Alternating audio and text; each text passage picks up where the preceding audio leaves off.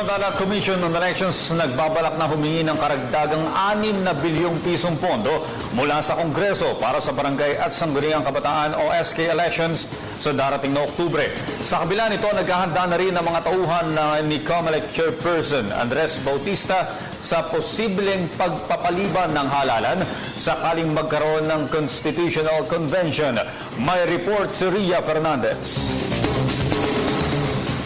Plano ng Commission on Elections na humingi ng karagdagang budget sa Kongreso para sa barangay at SK elections ngayong Oktubre.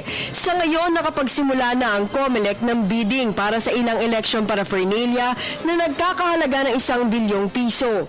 Pero ayon kay COMELEC Chairman Andres Bautista, kailangan pa nila ng tinatayang 5 hanggang 6 na bilyong piso na supplemental budget.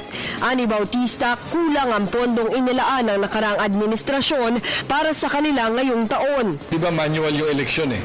So mga kailangan na mas maraming BEIs at saka election poll workers. Sa 2016 budget, may 16 billion pesos ang COMELEC para sa halalan. Hindi kasama rito ang halaga ng inaprobahang taas sa kompensasyon ng mga Board of Election Inspector mula 4,500 sa 6,000 pesos ni dating Pangulong Aquino noong Abril.